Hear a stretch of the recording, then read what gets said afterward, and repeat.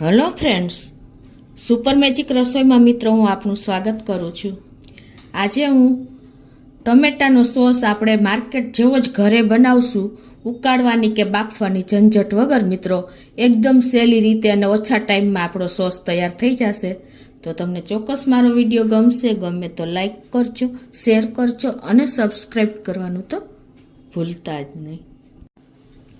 તો મિત્રો અત્યારે આપણે શિયાળો ચાલી રહ્યો છે અને આપણે અત્યારે જો ટમેટા આવે છે સોસ માટેના સ્પેશિયલ ટમેટા હોય છે, જે આ રીતે આપણે લંબગોળ શેપમાં આવે ને એવા લેવાના છે। જે ગોળ ટમેટા આવે ને એ નથી લેવાના, કેમ કે એમાં દર ઓછો હોય છે અને આ લંબગોળ ટમેટા હોય છે ને એમાં દર ફૂલ હોય છે, એટલે સોસ બનાવવા માટેના જ સ્પેશિયલ આ ટમેટા હોય છે। તો તમે માર્કેટમાંથી હંમેશા આવા ટમેટા સોસ બનાવવા માટે ચૂઝ કરવાના છે। તો આ 1 કિલો ટમેટા છે, એક મીડિયમ સાઇઝનું મેં બીટ લીધું છે, એક મીડિયમ સાઇઝનો મેં કાંદો લીધો છે અને નાનો એવો ટુકડો આપણે આદુનો લેશું અને 1 કપ ખાંડ છે જે વજનમાં 200 ગ્રામ છે અને લાલ મરચું છે, મીઠું છે અને વિનેગર। આટલા ઇન્ગ્રેડિયન્ટ આપણે સોસ બનાવવા માટે લેશું। તો આપણે બનાવવાનું ચાલુ કરીએ। તો મિત્રો આપણે આ ટમેટાનો સોસ આપણે નથી બાફવાનું કે નથી ઉકાળવાની, કોઈ ઝંઝટ નથી, ડાયરેક્ટ આપણે સોસ બનાવશું અને તમે જોઈ લેશો કે એની થિકનેસ એવી જ માર્કેટ જેવી જ હશે અને એનું લુક પણ એવું જ આવશે અને ટેસ્ટમાં તો કાંઈ પૂછવાની જ નથી આવતું મિત્રો। તો પહેલાં તો આપણે જે આ ટમેટા લીધા છે ને 1 કિલો, એને આપણે આ ડંઠલ દૂર કરીને અને નાના પીસમાં સમારવાના છે। તો આ રીતે કટિંગ કર્યા પછી આપણે એનો ડીટિયાનો ભાગ દૂર કરી નાખવાનો છે અને પછી તમારે આ રીતે એને નાના પીસમાં કટ કરી લેશું। તો આ રીતે હવે આપણે બધા ટમેટાને કટ કરી લેશું। આ રીતે જો આપણે ટમેટા કટ કરી લીધા છે, એ જ રીતે આપણે આદુ, બીટ અને કાંદા એ પણ કટ કરી લેશું। આ રીતે આપણે આ મીડિયમ સાઇઝનું બીટ છે એની છાલ ઉતારી લેશું અને પછી એને પણ કટ કરી લેશું। આ રીતે આપણે બીટના પણ પીસ કરી લીધા છે, એ જ રીતે જો આદુની છાલ ઉતારી લીધી છે અને એના પણ આપણે આ રીતે પીસ કરી લેશું। આ રીતે આદુ સમાર્યા પછી તમે કાંદો પણ એક મીડિયમ સાઇઝનો લીધો છે, એને પણ આ રીતે આપણે સમારી લેશું। તમે કાંદો કે લસણ ન ખાતા હો ને તો એને સ્કીપ કરી શકો છો। આ રીતે કાંદો સમાર્યા પછી અમે 15 કળી આખી લસણની લીધી છે ફોલેલી, એ પણ આપણે બાજુમાં નાખી દેશું। હવે મિત્રો આપણે સોસ બનાવવા માટે કોઈ પણ જાડા વાસણનો ઉપયોગ કરવાનો છે, નોનસ્ટિક વાસણ હશે ને તો પણ ચાલશે, તમે પેનમાં પણ કરી શકો છો, પણ આજે આપણે ઇન્સ્ટન્ટ બનાવવા માટે, જલ્દી બનાવવા માટે હું કુકરનો ઉપયોગ કરું છું। કુકર પણ તમારે હંમેશા જાડા તળિયાવાળું હોય ને એ જ ઉપયોગ કરવાનો છે। તો પહેલાં તો આપણે આ ટમેટા એમાં નાખી દેશું, પાણીનો બિલકુલ ઉપયોગ નથી કરવાનો। આ રીતે આપણે 1 કિલો ટમેટા સમાર્યા છે એ કુકરમાં નાખી દેશું અને કાંદા, લસણ, આદુ અને બીટ એ પણ આપણે આમાં મિક્સ કરી દેશું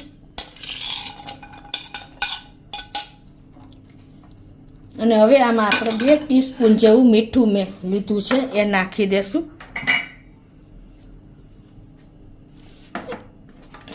મીઠું નાખ્યા પછી આપણે આ રીતે મિક્સ કરી લેવાનું છે। આ રીતે મીઠું નાખી દીધું છે અને હવે આપણે ગેસ ચાલુ કરી દેશું અને ગેસની ફ્લેમ એકદમ સ્લો જ રાખવાની છે, ફૂલ નથી કરવાની કે મીડિયમ નથી કરવાની, સ્લો ફ્લેમ ઉપર જ આપણે આ પ્રોસીજર કરવાની છે। હવે મીઠું નાખ્યા પછી આપણે 200 ગ્રામ ખાંડ લીધી છે, 1 કપ, એ પણ નાખી દેશું અને એને પણ આપણે આ રીતે મિક્સ કરી લેશું એટલે એનું પાણી છૂટી જાય।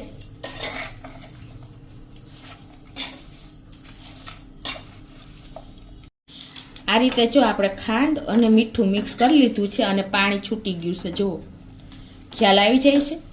હવે તમારે આટલું પ્રોસીજર કર્યા પછી મિત્રો, મેં તમને કીધું એમ સોસ બનાવવા માટે હંમેશા જાડું વાસણ જ વાપરવાનું છે। આ કુકર વાપરો તો પણ ચાલે અને પેનમાં કરશો ને તો થોડોક વધારે ટાઈમ લાગશે, પેન પણ તમારે જાડા તળિયાવાળું જ લેવાનું. હવે આ સોસ મિત્રો આપણે પ્રિઝર્વેટિવ વગર કે કોઈ પણ જાતના કલર વગર બનાવવાનો છે. તમે એન્ડ સુધી આ વિડીયા સાથે જોડાયેલા રહેજો. હવે આપણે સ્લો ફ્લેમ ઉપર જ કુકરનું ઢાંકણું બંધ કરી દેશું અને સ્લો ફ્લેમે આપણે 2 વિસલ કરશું કુકરની. તો આપણે સ્લો ફ્લેમ ઉપર જો કુકરને 2 વિસલ થઈ ગઈ છે અને પ્રેશર પણ રિલીઝ થઈ ગયું છે. તો આપણે કુકર ખોલી લઈએ.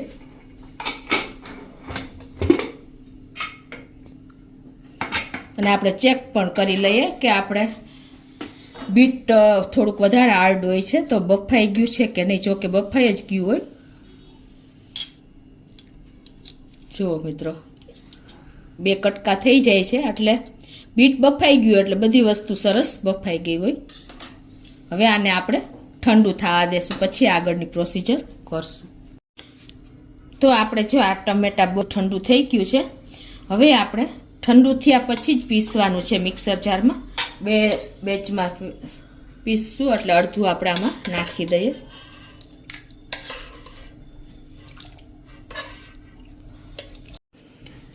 હવે એમાં આપણે વિનેગર નાખવાનું છે. તો 1/3 કપ અત્યારે હું વિનેગર લઉં છું.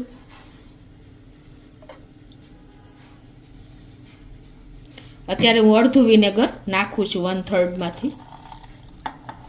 અને હવે આને આપણે એકદમ સરસ મિક્સર જારમાં પીસી લેશું. તો આ એક બેજ આપણે કરી લીધો છે. તો એને આપણે એક વાસણમાં કાઢી લેશું. અને હવે જે બાકી રહ્યો છે એને પણ આપણે પીસી લેશું. અને આ જે બાકી વિનેગર છે એ પણ આપણે આમાં નાખી દેશું. ટોટલી આપણે 1/3 કપ વિનેગર વાપર્યું છે.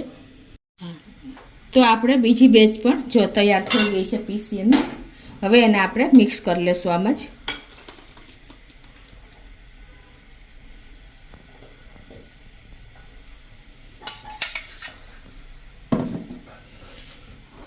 હવે આને આપણે એક મોટો ગયણામાં ગાળી લેશું.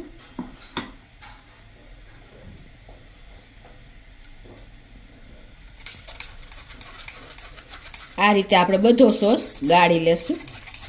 તો આ રીતે જો આપણે બધો સોસ ગાળી લીધો છે અને જો થોડું ઘણું નીચે હોય છાલ છે કે કાંઈ પણ એ નીકળી જશે. આપણે સોસ ગાળી લીધો છે. હવે આમાં આપણે લાલ મરચું પાવડર 1 ટેબલ સ્પૂન નાખી દેશું. તમારી પાસે જે અવેલેબલ હોય એ નાખી શકો છો.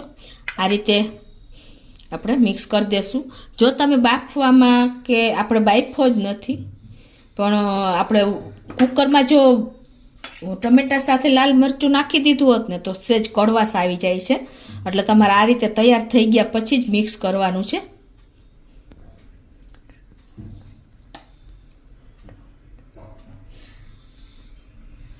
આ રેગી લાલ મરચું જે છે ને એ ઓરેન્જ કલર ઉપર આવે છે એટલે એકદમ સરસ આપણા સોસનો કલર અને પકડાઈ જશે. એટલે આ રીતે તમારી પાસે અવેલેબલ હોય તમે મરચું વાપરી શકો છો. જો મિત્રો આપણો સોસ તૈયાર થઈ ગયો છે.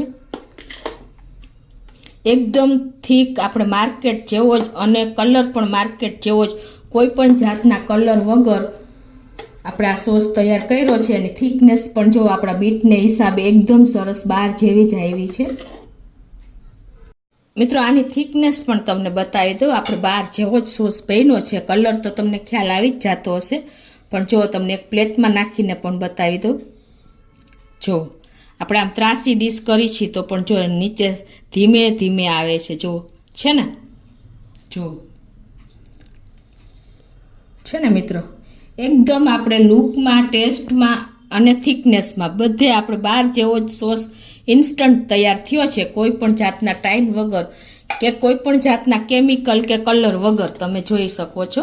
હવે એને આપણે આ રીતે એક કાચની બોટલમાં ભરી લેશું. તો આ રીતે આપણે કાચની બોટલ લઈને અને આ રીતે ગયણી આપણે લઈ લેવાની છે અને એમાં તમારે આ રીતે રેડતું જવાનું છે અને આપણે આ રીતે બોટલ ભરી લેશું. તો જો મિત્રો આપણે આ 500 mlની બોટલ ભરાઈ ગઈ છે. તો એને આ રીતે આપણે ઢાંકણાથી પેક કરી લેવાની છે અને આને તમે આખું વર્ષ ફ્રીજમાં રાખી શકો છો. ફ્રીઝરમાં નહીં પણ ફ્રીજમાં જ રાખવાનો છે.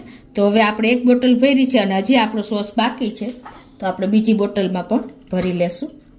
તમે મિત્રો ગળણી તમારી પાસે અવેલેબલ હોય ન હોય તો તમે આ રીતે તમે લોટામાં ભરીને પણ કરી શકો છો. હું તમને બતાવી દઉં.